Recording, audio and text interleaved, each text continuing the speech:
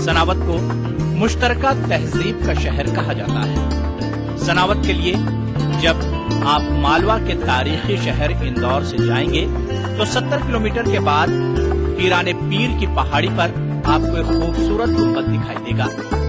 ये खूबसूरत गुंबद हजरत जमालुद्दीन शाह रोशन कादरी रहमतुल्लाह अलैह के आस्थाने का है।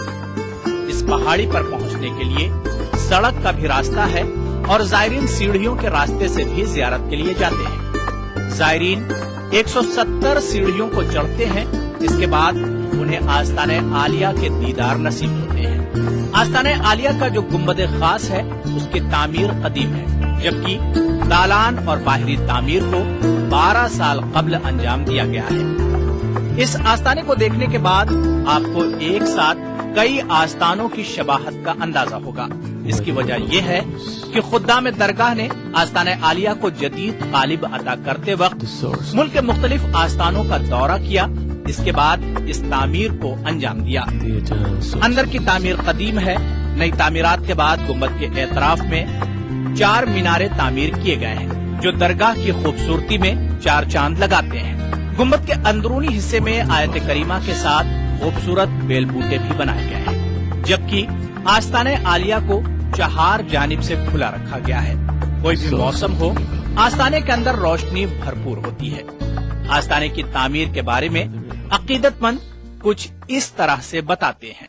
ये तामीर करने के पहले और भी दीगर बहुत सारी दरगाह, हाजी अली, नागपुर में बाबा ताजुद्दीन और चित्तौड़ में चलफी शावली, बहुत सारी दरगाहों पे हमने जाके पहले देखा और उसके बाद में फिर ये नक्शा मुकम्मल किया कि भाई इस ढंग से इसको बनाया जाना चाहिए। बनाया गया और इसमें जो पुराना मजार तो अपनी जगह पर आज भी गुम्बद सहित कायम है और बाहर का जो हिस्सा है करीब 11-11 फीट ये चारों तरफ से बढ़ाया गया है, जो करीब 50 बाय 50 के अंदर है। इनकी कोई भी ये एक दूसरे की मेहराब साइज में नहीं है। फिर भी आप देखिए, आप कहीं से आपको ऐसा नजर नहीं आएगा। और यहाँ पे चारों तरफ ग्राउंड के कंक्रीट किया है और ये रोड नहीं था, मतलब कच्चा रोड था, तो इसमें सांसद निधि का भी पैसा लगा है और यहाँ ये रोड कुछ बना है हमारी तरफ से भी। और यहाँ जो जितना लगभग उस टाइम पे लगभग 18 लाख रुपए लगे थे और ये पैसा कहीं भी इकट्ठा करने हम नहीं गए। यहाँ बाबा की पीढ़ी पे बैठते थे, सवेरे शाम तक जितना हम काम का टारगेट होता था, एक हफ्ते में जितना काम होना है उतना पैसा हमें होता था। इससे ज्यादा भी नहीं होता था, कम भी नहीं होता। ये वली की करामात है। निस्बत तो ये हुई है कि हम यहाँ पे मतलब सलीम सेठ के साथ में जब जुड़े हैं तो उनके साथ में ये तामीरी काम में हम जब आगे बढ़े ना इनके साथ में, तो फिर 2 साल तक हम यहाँ से मतलब गांव में नहीं गए, यहीं पे हम उनके साथ में तामीरी काम में जुड़े रहे। ये निस्बत है हमारी इनसे। ये कितना सुकून मिलता है? बहुत सुकून मिला है जिंदगी में। बुजुर्गों से जो जुड़े ना हम, जब से हमें बहुत सुकून मिला है, तरक्की भी हुई है। और जो हिंदू मुसलमान की बात होती है वो बातें अब हमारे अंदर नहीं है। बिल्कुल साफ सुथरा काम है। अगर आप कहीं हजरत के आस्थाने तक नहीं पहुंच पाते, कहीं दूर होते, तो कैसी बेचैनी होती है? तो बेचैनी क्या हो, तो जिंदगी कुछ काम की नहीं रहती हो, बेकार जिंदगी रहती हो। जब से यहाँ जुड़े, जब से जिंदगी हमारी बहुत बढ़िया रही। लगभग 1400 रुपए से उन्होंने इस तामीर के काम की शुरुआत की। सिलसिला ये था कि 10-12 नौजवान यहाँ पर बैठते थे, लोगों से चंदा मांगते थे और मजार की तामीर करते थे। लगभग इस पुरानी दरगाह का रिवोल्यूशन तो किया ही, साथ में इसको बढ़ाया भी। 11 फीट आगे आगे चारों तरफ से बढ़ाया है, कंक्रीटिंग किया है। इसके अंदर सभी मजहब के लोग ने अपना ताउन किया है। दूसरी खूबी की बात यह रही कि मैं तो ये कहूंगा, मेरा अकीदा है कि हजरत ने ही सबको दिलों में ये अपने जज्बा पैदा किया कि यहाँ पर आके बैठो। सभी काम धंधे वाले, सभी रोजगार पेशा लोग हैं, मगर यहाँ पर 8 से 10 घंटे हजरत की इसी पेड़ियों पर बैठकर चंदा मांगते थे और बड़ा दिल से काम करते थे। हिंदुस्तान को मुश्तरका तहजीब का मुल्क कहा जाता है। इस मुश्तरका तहजीब को फरोग देने में सूफिया ने कलीदी किरदार अदा किया है। इस तहजीब का सनावत जीता जागता नमूना है। आस्ताने आलिया के लिए रास्ता 3 तरफ से जाता है। 2 तरफ से रास्ता दरगाह की जानिब रास्त तौर पर जाता है, जबकि तीसरी जानिब का रास्ता शीतला माता के मंदिर से होकर दरगाह को जाता है। ये एक ऐसी दरगाह है जहां पर हिंदू जायरीन मंदिर में दर्शन करने के बाद आस्ताने आलिया की जियारत के लिए जाते हैं। हिंदू अकीदतमंदों की मुश्किलात को देखते हुए दरगाह के खुद्दाम ने दरगाह से मंदिर जाने के लिए न सिर्फ रास्ता हमवार किया बल्कि सीढ़ियां भी तामीर की हैं। यहाँ के लोगों को अपनी इस मुश्तरका तहजीब पर नाज है। यही नहीं, अगर हम तारीख के औराक को देखते हैं तो हमें ये भी देखने को मिलता है कि हजरत शाह जमालुद्दीन रोशनी कादरी रहमतुल्लाह अलैह के औसाफ और कश्फ व करामात से मुगल शहनशाह औरंगजेब बहुत मुतासिर हुए और उन्होंने यहाँ पर 2 दिन क़याम भी किया। यही नहीं, आपके कश्फ व करामात से मुतासिर होकर बाजीराव पेशा दोम ने दरगाह के लिए सनद और 17.5 एकड़ जमीन बतौर नजराना पेश की थी। आस्ताना आलिया को बाजीराव पेशा ने जो आराजी पेश की थी वो आज भी दरगाह के पास है। दरगाह का जो भी सज्जादा नशीन होता है वही इसकी देख रेख करता है और इसकी आमदनी से दरगाह के मसारिफ तय होते हैं। हजरत जमालुद्दीन रोशन कादरी रहमतुल्लाह अलैह का आस्ताना यहाँ पर बहुत कदीम है, लेकिन आस्ताने आलिया पर उर्स की तकारीब का आगाज 20वीं सदी की पहली दहाई से हुआ और इसको भी शुरू करने में गैर मुस्लिम भाइयों ने कलीदी किरदार अदा किया। हजरत जमालुद्दीन रोशन कादरी रहमतुल्लाह अलैह का उर्स सनावद में रिवायती तुझको एहतशाम के साथ मनाया जाता है और बरसों पहले जिन कदीम रिवायतों के साथ उर्स शुरू किया गया था वो कदरें आज भी बरकरार हैं। नाज़रीन, आप देख रहे हैं ईटीवी का खास प्रोग्राम बारगाह अक़ीदत और आज हम मौजूद हैं सनावद में। नाज़रीन, जिस आस्थाने की आप ज़ियारत कर रहे हैं, यह आस्थाना हज़रत शाह जमालुद्दीन रोशन कादरी रहमतुल्लाह अलैह का आस्थाना है। इस आस्थाने की फैज़ बरक़ात की बात करें, कश्फ व करामात की बात करें तो वो दूर दूर तक मशहूर है। क्या है यहाँ कश्फ व करामात, ये तो हम आपको बताएंगे, लेकिन इससे पहले तो एक छोटा सा ब्रेक जाएगा। देखते रहिए हमारा खास प्रोग्राम बारगाह अक़ीदत।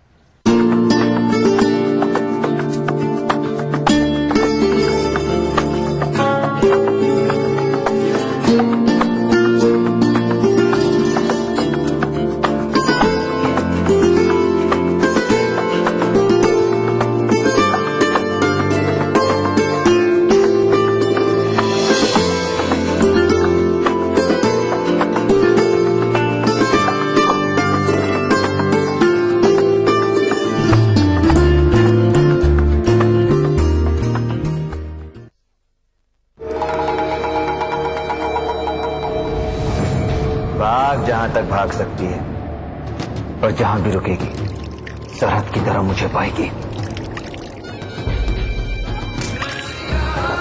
रंग रसिया 30 दिसंबर से सोमवार से शुक्रवार रात 9:30 बजे सिर्फ कलर्स पर।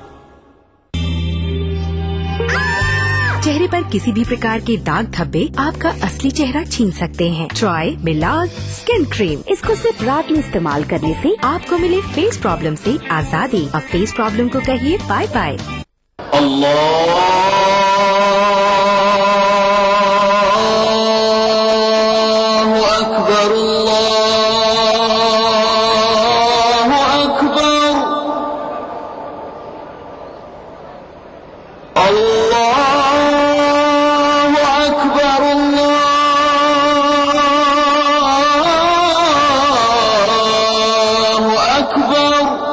मस्जिदुल हराम से नमाज फज्र देखिए रोजाना सुबह 5:30 बजे सिर्फ ईटीवी उर्दू पर।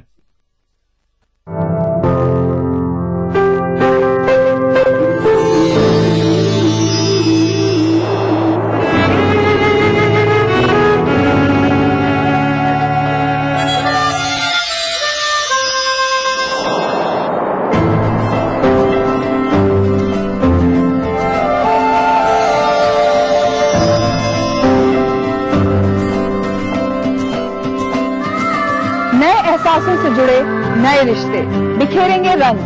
जिंदगी लाइव सीजन 5 इतवार दोपहर 12 बजे और शनिवार दोपहर 12:30 बजे।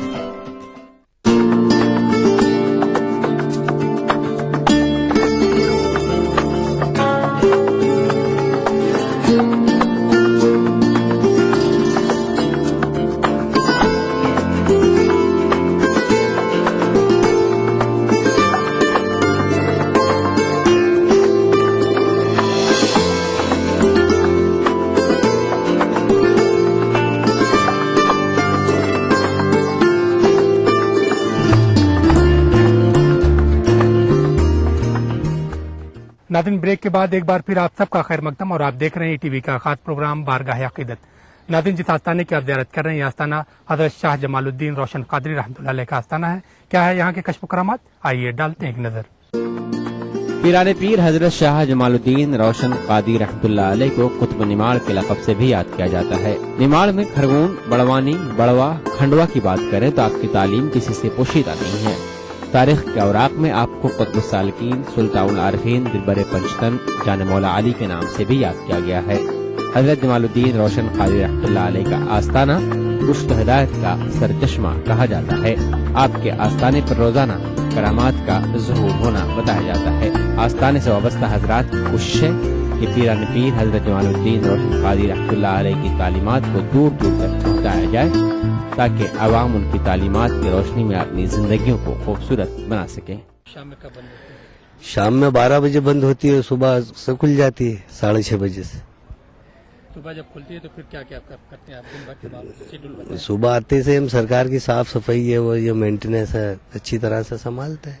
कैसे? जी, मैं यहाँ पे 2002 से खिदमत में हूँ सरकार के यहाँ, और सबसे ज़्यादा मैंने यहाँ पे 2-3 मुरादें पूरी होते देखी है। एक जो ये 117 पेड़ी है, सबसे ज़्यादा इस पेड़ी पे नारियल फूटते हैं, नारियलों की मुराद सबसे ज़्यादा पूरी होती है। और दूसरा तोला दान, बच्चों के तोले दान भी यहाँ साहब बहुत ज़्यादा होते हैं। हजरत जमालुद्दीन रोशन क़ादरी रहमतुल्लाह अलैह की तालीमात का जादू आपके अक़ीदतमंदों पर सर चढ़कर बोलता है। बुजुर्गान दीन ने इस्लामी तालीमात की रोशनी में जिस तरह से इंसानी खिदमत का अजीम कारनामा अंजाम दिया है, उसको देखते हुए लोग बिला लिहाज क़ौम मिल्लत सूफिया के आस्थाने पर आकर हाजिरी देते हैं और अपनी मुरादें मांगते हैं। हजरत जमालुद्दीन रोशन क़ादरी रहमतुल्लाह अलैह के अक़ीदतमंद सिर्फ निमाड़ वस्त हिंद ही नहीं बल्कि मुल्क व बैरून मुल्क में फैले हुए हैं। हजरत जमालुद्दीन रोशन क़ादरी रहमतुल्लाह अलैह का उर्स हर साल इसको एहतशाम के साथ मनाया जाता है, लेकिन यह उर्स अरबी महीने की तारीख के एतबार से नहीं होता बल्कि इसका इनकाद हिंदी महीने की तारीख के एतबार से होता है। इस उर्स की एक खास बात यह भी है कि इसका एहतमाम 1904 में एक हिंदू अक़ीदतमंद के जरिए शुरू किया गया था। मौजूदा में इसका इनकाद नगर पालिका के जरिए किया जाता है और उर्स की तमाम तकारीब के साथ मेले का भी एहतमाम किया जाता है। 108 वर्ष हो चुके हैं इस उर्स को। पहले नगर पंचायत बनाती थी, अब नगर पालिका इस उर्स का संचालन करती है। और ये उर्स उर्दू तारीख के अलावा हिंदी तारीखों के जरिए चलता है। और इस मजार से मेरी ये निस्बत है कि मैंने जब से भी अपनी उम्र में दानिशमंदी पाई, मतलब जब से इस मजार से निस्बत है मेरी ये कि जब भी जो चीज की तलब की है उस तलब से ज्यादा पाया है। हजरत जमालुद्दीन रोशन क़ादरी रहमतुल्लाह अलैह के आस्थाने की तामीर जदीद के बाद महफिल सिमा और रंग की महफिल का भी इनकाद शुरू हुआ। उर्स के मौके पर महफिल सिमा में शिरकत को यहाँ के कव्वाल अपने लिए बाइस फख्र समझते हैं।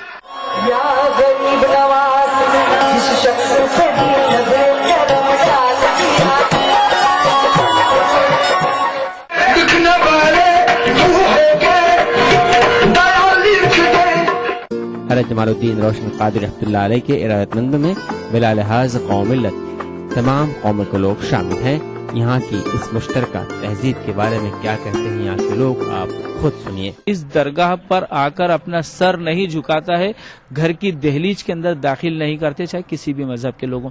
ये हर कौम के लोगों का अकीदा है। यहाँ पर गुरुवार और रविवार को बहुत सारी पब्लिक आती है यहाँ पर दर्शन करने और बहुत सुकून मिलता है यहाँ आने के। नाज़रीन, हज़रत शाह जमालुद्दीन रोशन क़ादरी रहमतुल्लाह अलैह के आस्थाने पर मबनी हमारा यह खास प्रोग्राम यहीं खत्म होता है।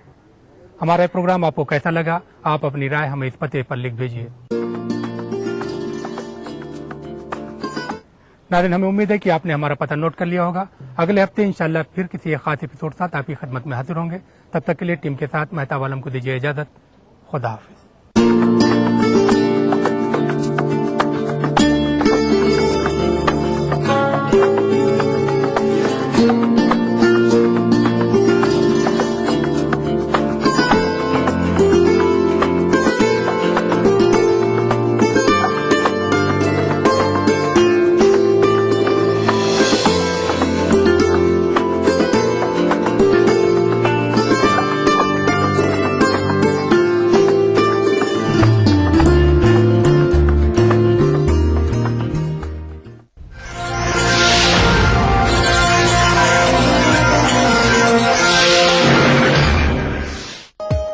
प्रोग्राम को पेश करने में ताउन किया।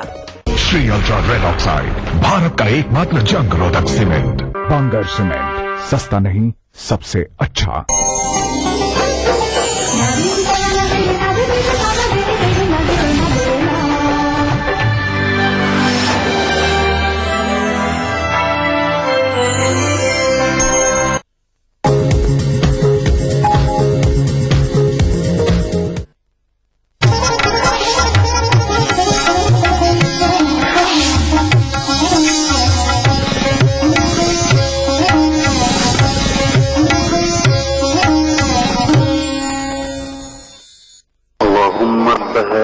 الدعوة التامة والصلاة القائمة اللهم رب هذه الدعوة التامة والصلاة القائمة بسر فالله يعلمه.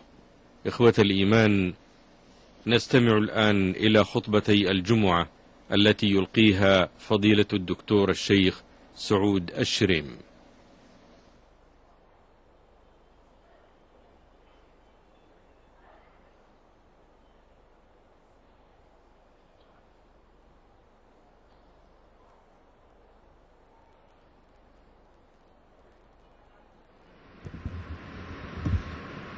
السلام عليكم ورحمة الله وبركاته. الله أكبر الله أكبر الله أكبر الله أكبر أشهد أن لا إله إلا الله أشهد أن لا إله إلا الله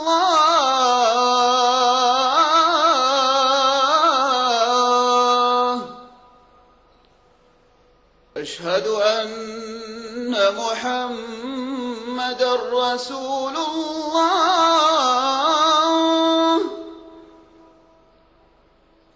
أشهد أن محمدا رسول الله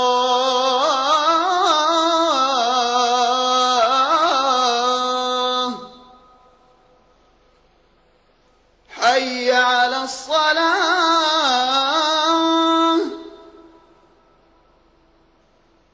حي على الصلاة حي على الفلاح حي على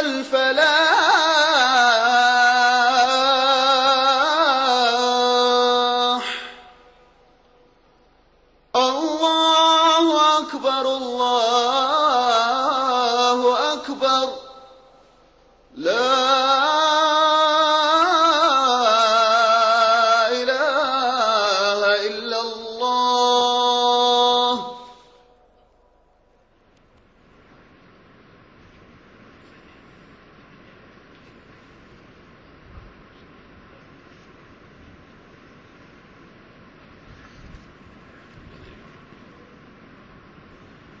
إن الحمد لله نحمده ونستعينه ونستغفره ونتوب إليه ونعوذ بالله من شرور أنفسنا ومن سيئات أعمالنا. من يهده الله فلا مضل له ومن يضلل فلا هادي له وأشهد أن لا إله إلا الله وحده لا شريك له وأشهد أن محمدًا عبد الله ورسوله. يا أيها الذين آمنوا اتقوا الله حق تقاته ولا تموتن إلا وأنتم مسلمون. يا أيها الناس اتقوا ربكم الذي خلقكم من نفس واحدة وخلق منها زوجها وبث منهما رجالا كثيرا ونساء واتقوا الله الذي تساءلون به والأرحام إن الله كان عليكم رقيبا. يا أيها الذين آمنوا اتقوا الله وقولوا قولا سديدا يصلح لكم أعمالكم ويغفر لكم ذنوبكم ومن يطع الله ورسوله فقد فاز فوزا عظيما. أما بعد، فإن خير الحديث كتاب الله، وخير الهدى هدى محمد صلى الله عليه وسلم، وشر الأمور محدثاتها، وكل بدعة ضلالة. وعليكم بجماعة المسلمين، فإن يد الله على الجماعة، ومن شذ عنهم شذ في النار. ومن يشاقق الرسول من بعد ما تبين له الهدى ويتبع غير سبيل المؤمنين نوله ما تولى ونصله جهنم وساءت مصيرا. أيها المسلمون، في معترك هذه الحياة وهمومها وغمومها وعجر الإنسان وبجره التي تغلي بفؤاده غليانا لا يحتمل معه هواء ولا وقودا يزيده اشتعالا، ولا ماء يزيد طينه بله حتى يكون حرضا أو يكون من الهالكين. إنها صروف حياة موجعة ترى الناس فيها يغدون، فبائع نفسه منهم فمعتقها أو موبقها. هكذا هم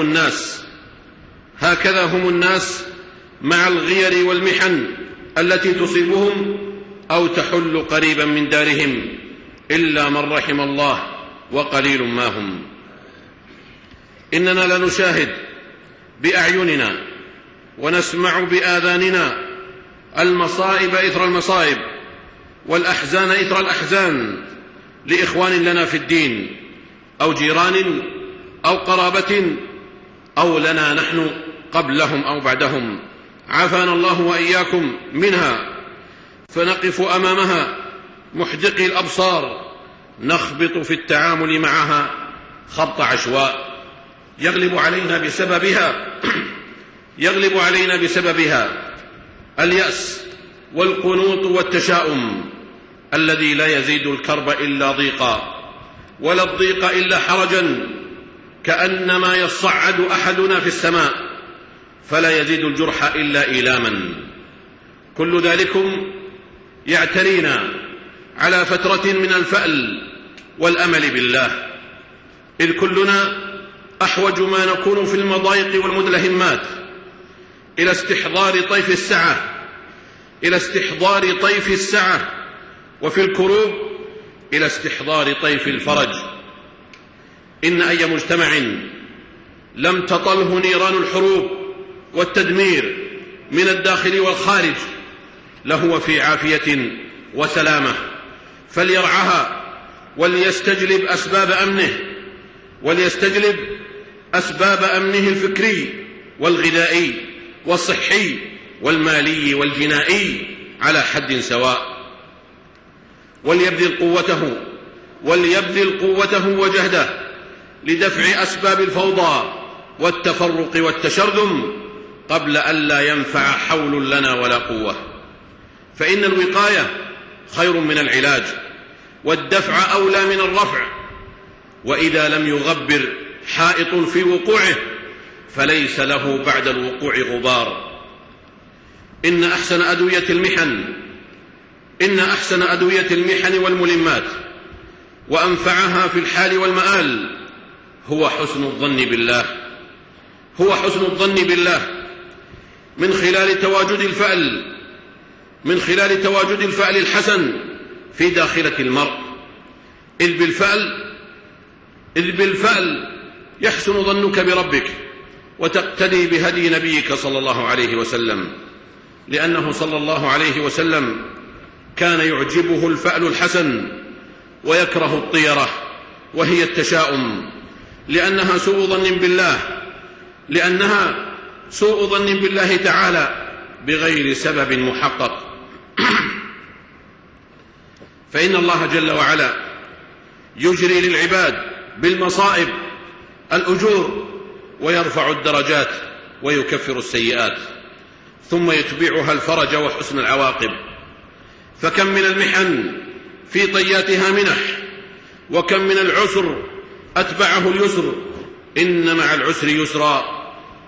العسر يسرا ولن يغلب عسر يسرين، غير أن بداية طريق الوصول من العسر إلى اليسر هو الفأل وحسن الظن بالله، فإنه يجعلك تحس بالنور ولو كنت أعمى البصر، لأن التشاؤم لا يريك إلا الظلام ولو كنت أبصر الناس.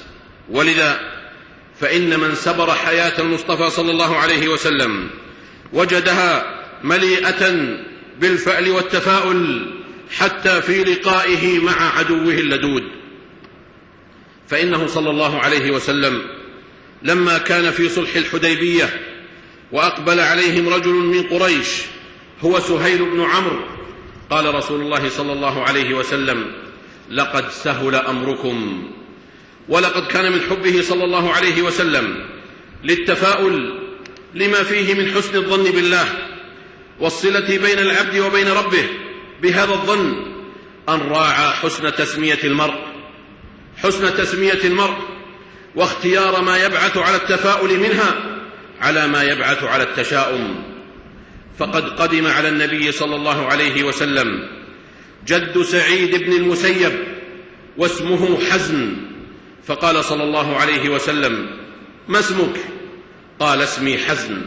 قال: بل أنت سهل. قال: ما أنا بمغير اسما سمانيه أبي. قال ابن المسيب: فما زالت فينا الحزونة بعد. رواه البخاري. ولم يقتصر تفاؤل النبي صلى الله عليه وسلم على ما يكون في أرض الواقع، بل إنه يستحضره حتى في تعبير الرؤى المنامية. فقد جاء عند مسلم في صحيحه أن النبي صلى الله عليه وسلم قال: رأيت ذات ليلة فيما يرى النائم كأن في دار عقبة بن رافع، فأتينا برطب من رطب ابن طاب، فأولت الرفعة لنا في الدنيا والعاقبة لنا في الآخرة، وأن ديننا قد طاب. فلله ما أعظم الفأل في سيرة حبيبنا وقدوتنا صلى الله عليه وسلم. إنه لا يريد لأمته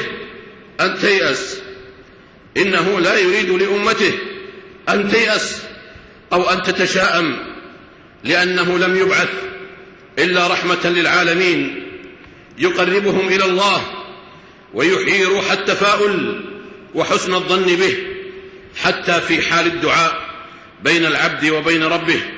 يذكرنا صلى الله عليه وسلم بالفأل فيقول: ادعوا الله وأنتم موقنون بالإجابة. رواه الترمذي. وإني لأدعو الله حتى كأنما أرى بجبيل الظن ما الله صانع.